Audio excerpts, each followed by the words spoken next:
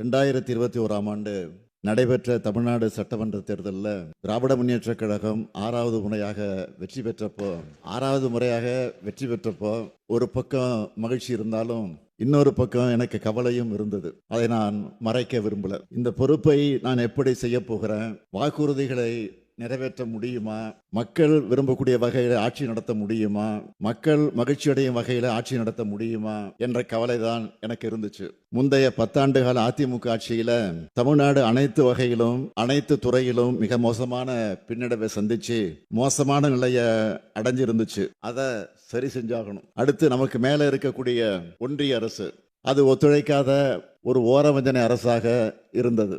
இந்த 2 நெருக்கடிகளையும் எதிர்கொள்ளணும் என்பதுதான் எனது கவலைக்கு மிக முக்கியமான காரணமாக அமைந்தது. இடியாப்ப சிக்கல்னு சொல்லுவாங்க. அப்படியான சூழல்ல தான் நாங்கள் ஆட்சிக்கு வந்தோம். அதனால தான் கவலை கொண்டவனாக நான் இருந்தேன். ஆனால் இப்போ 5 ஆண்டுகள் கடந்த நிலையில நான் சொல்றேன், நான் மிக மகிழ்ச்சியா இருக்கேன்.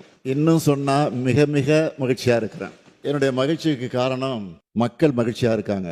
என்னுடைய இலக்கில் நான் வென்று விட்டேன். திராவிட மாடல் அரசின் சாதனைகளால தமிழ்நாடு தலை நிமிர்ந்துடுச்சு.